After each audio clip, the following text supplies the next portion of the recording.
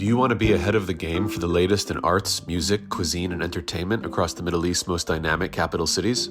Al Monitor is proud to launch our City Pulse newsletters, focused exclusively on local news, starting in Riyadh, Dubai, Istanbul, and Doha.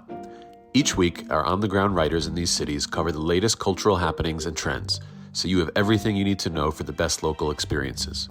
To subscribe for free, go to almonitor.com, that's al-monitor.com, and sign up on our newsletter page. And there's much more talk about the military armed police that are supposed to get into Gaza. There's talk about Israel refusing Turkish troops, and they're preferring Azerbaijan and Indonesian troops. And, you know, the most reliable and the best troop, which is the biggest army and closer by, is the Egyptian army. But the big news is that there's now apparently some kind of command post just outside of Gaza, and it was already housing Jordanian, Egyptian, and other countries, as well as about 200 Americans. So there is movement in the process. Welcome back to the Al Monitor Brief. I'm Adam Lucente. U.S. Secretary of State Marco Rubio was in Israel on Friday, in the latest sign of the Trump administration's efforts to keep the Gaza ceasefire and hostage release deal alive. Both Israel and Hamas have accused each other of violating the truce in recent days, and Hamas has yet to return all the bodies of the now deceased Israeli hostages. Rubio's visit follows Vice President J.D. Vance's trip to Israel and has been seen as an indication of pressure from President Donald Trump on both parties to keep the peace alive. In this episode, we hear from Al Monitor's Israel Pulse chief Rina Bassist, Palestine newsletter author Daoud Kuttab, and State Department correspondent Elizabeth Hagedorn.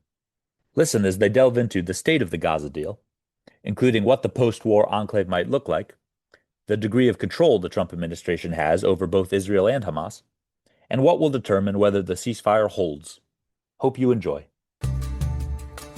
Okay, Elizabeth, Daoud, Rina, welcome back to the Al Monitor Brief. Good to have all of you with us. Elizabeth, my first question is for you. Vice President Vance and Secretary of State Rubio were both in Israel this week. How does the Trump administration view the state of this Gaza deal? And is it close to falling apart in their view, or do they think it remains intact? Well, we've heard everyone from Vance to Rubio, as well as Steve Witkoff and Jared Kushner, project optimism this week that the ceasefire will hold and that phase 2 planning can get underway. But before they can meaningfully tackle those thorny questions concerning Gaza's post-war future, including the Israeli military's exit from Gaza and the disarming of Hamas, negotiations need to be at a place where both sides are not accusing each other of repeated ceasefire violations. We've heard Israel, for example, accuse Hamas of stalling its return of the deceased hostages. As of this recording, they've handed over 15 of the 28.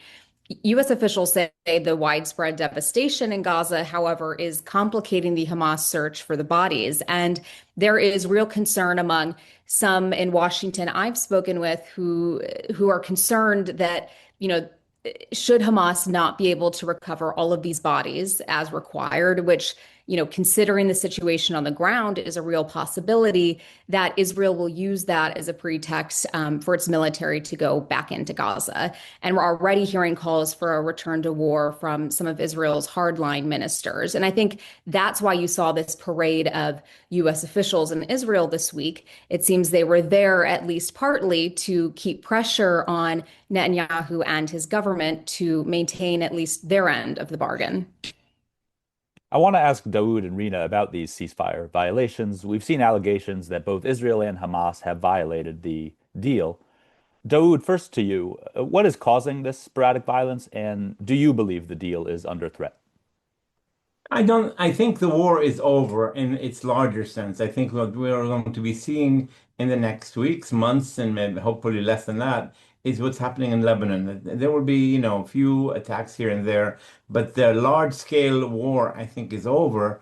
Nevertheless, I don't see any real Hamas violations, and we don't know really how these two Israeli soldiers were killed because there's a lot of different stories. But the fact is that journalists are still not allowed into Gaza. The fact is that except for the search for the Israeli missing bodies, which the Israelis are hampering because they're not allowing heavy equipment to come in so they can lift the big buildings that have fallen on people. I mean, just to give you an example, in the last few days, 80 Palestinian bodies were lifted from under the rubble. So it's not just the Israeli bodies that are under the rubble. There's a lot of also Palestinian bodies. So the humane thing to do would be to allow the trucks in, which I don't understand why Israel is holding them up. It's like the Israelis are looking for excuses not to carry out the second phase of the ceasefire. And I think Elizabeth is absolutely right. The problem is right now between the U.S. and Israel, and the Israelis are the ones who are dragging their feet because they know that the sooner the total war is over, the sooner that their boss Netanyahu is going to be in big trouble. And Rina, now the same question to you. What do you think is behind these bouts of violence and alleged ceasefire violations? And do you think the deal is under threat? Well, we have seen several incidents in the past few days, and of course there was the very serious incident when the two Israeli soldiers were killed. But there were also other smaller incidents last Friday, and also some incidents where Palestinians, where Gazans tried to cross the yellow line, this line of retreat of the Israeli army to the Israeli side. So there are some reasons for concern, but I think that if we look at the bigger picture, the ceasefire is more or less holding. Having said that, that does not mean that the deal is not under threat. First of all, because of Hamas's behavior, and I'm not talking only about the incidents, the attacks on Israeli soldiers, but also the way Hamas has been behaving for the past 2-3 weeks in the parts where the Israeli army is no longer present. We have seen executions. We have seen Hamas militants actually policing large areas, going into the markets, distributing fines. These are not signs of an organization that is willing to give up governing. So that is obviously a reason to concern. That's on the one side. And of course, we don't know. We don't know for the Israeli side how it will go. And I think much will depend on the parameters of the second phase. There are so many elements that have not been decided. And Israel has, for the moment, did not receive any security guarantees as for the disarmament of Hamas. So much will depend on that. The post-war governance structure of Gaza is obviously an important part of this plan. Daoud, a question to you. What is the status of the talks on Gaza's post-war government? And what are you hearing on what the structure of that entity might look like in the near future? Yeah, well, first I want to comment on Rina is that I mean there's a vacuum. Nobody is in Gaza now, so somebody has to fill the vacuum, and the only group that can actually do some governing until a new body is agreed to is Hamas. So I don't see that as a violation, at least maybe not a direct violation. But as to the talks, there's small talk about the governing Palestinian technocrat group, and there's much more talk about the military armed police that are supposed to get into Gaza. There's talk about Israel refusing Turkish troops, and they're preferring Azerbaijan and Indonesian troops, and the most reliable and the best troop, which is the biggest army and closer by, is the Egyptian army. So I don't know exactly where the Egyptian army stands.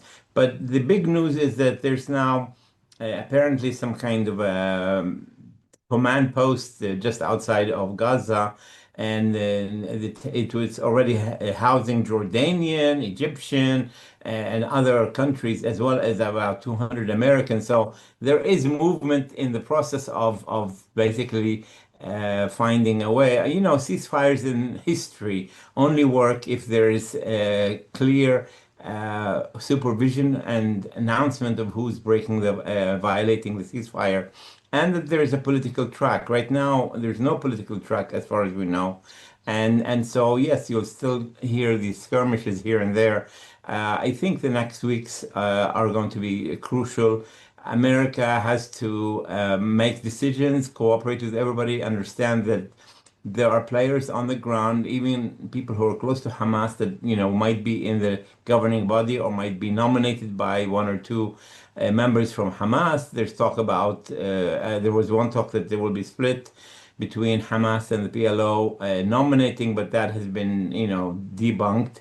But yes, there are some names. I mean, the biggest name is Nasser Kudwa, who was returned to the PLO recently and who toured with Ehud Olmert around European countries. And he's from Gaza, is well liked and respected. And so he might have a place in this committee if they can agree on him. But there isn't that much talk right now about the committee. The talk is all about the armed force that's going to go into Gaza and, keep the peace.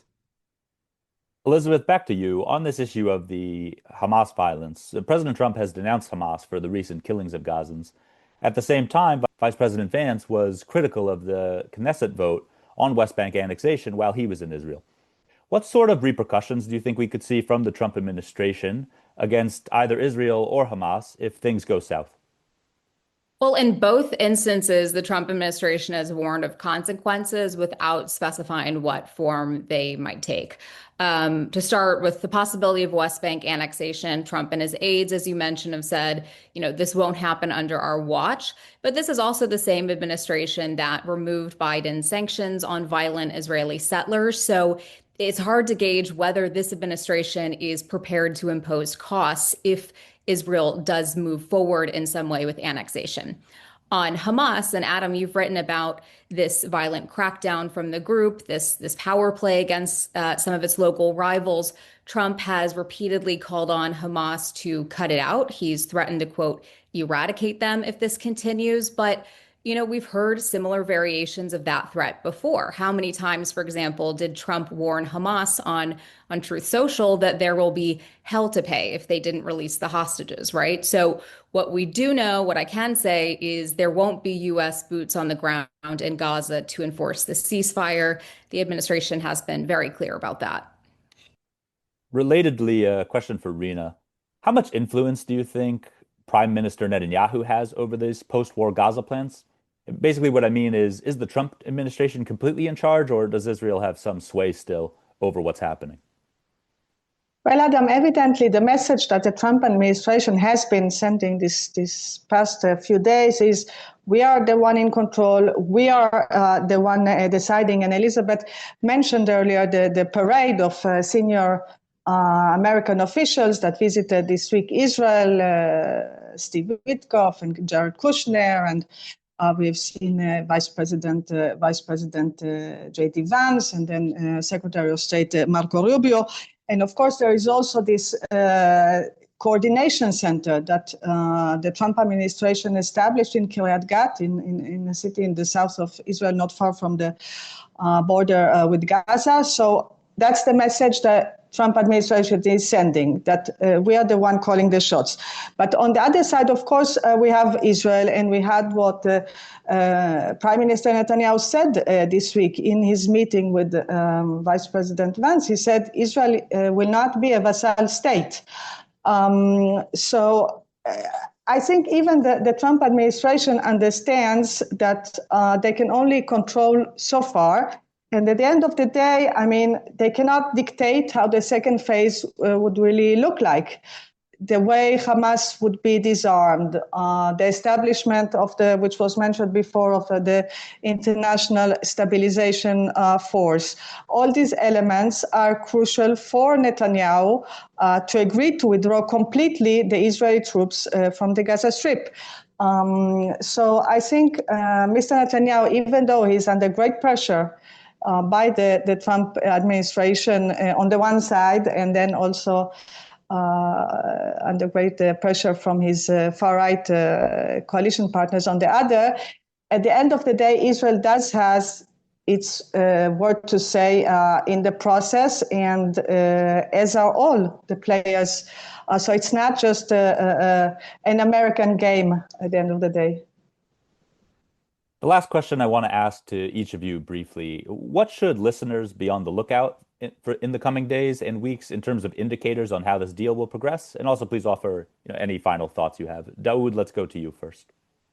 Well, I think there are new players that have emerged. The Arab countries, the Gulf countries, are now a much bigger player than they used to be. Turkey is a big player, and I would look to what Egypt and maybe Qatar and maybe Saudi Arabia and United Arab Emirates and Turkey have to say. I think the PA is starting to regain some of its position because anybody who is not Hamas in Gaza is one way or another closer to the Palestinian government in Ramallah because they've had civil servants that are on their payroll. They've had all these independents that are closer to them ideologically. So I think the PA is also going to be in a much stronger position in the coming days. And Rina, now the same question to you. Yes, first of all, I completely agree the fact that the Palestinian Authority will become a greater player. I mean, we should be watching to see contacts of American senior officials with Palestinian Authority officials and leaders. That would be a good indicator in the coming days if really the second phase is coming along. But from the Israeli side, of course, the main element is the return of the hostages. There are still 13 bodies held by Hamas in Gaza. And as long as these bodies are not returned to Israel, there will not be a second phase. So looking really from the side of the Israeli society and also of the Israel political echelon, without the return of the hostages, we won't be moving along. And Elizabeth, finally, the question to you. What are you looking for in the near future on this deal? I'll be looking to see if regional countries publicly commit, if not show interest in sending troops for this planned international security force, which Vice President Vance said this week would take the lead on disarming Hamas. And I'm also looking for signals from Hamas on what it might be willing to concede in terms of disarming, which, as my colleagues mentioned, will be a real sticking point moving forward. Thanks for listening to the Al Monitor Brief. Be sure to follow Al Monitor for more on the stories impacting the Middle East. Until next time, I'm Adam Lucente. Today's transformation of the Middle East is at the center of global geopolitics.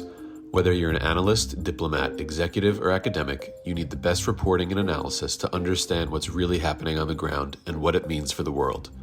Al Monitor is the award-winning independent leader in Middle East news. From Riyadh to Beirut, Abu Dhabi to Doha, and Baghdad to Tehran, our team of over 100 expert journalists report daily on the top stories driving the regional trends. Download our mobile app and subscribe to Al Monitor to follow what leaders and decision makers are reading every day. Go to almonitor.com, that's AL-MONITOR.com, and use promo code POD25, POD25 for a discount.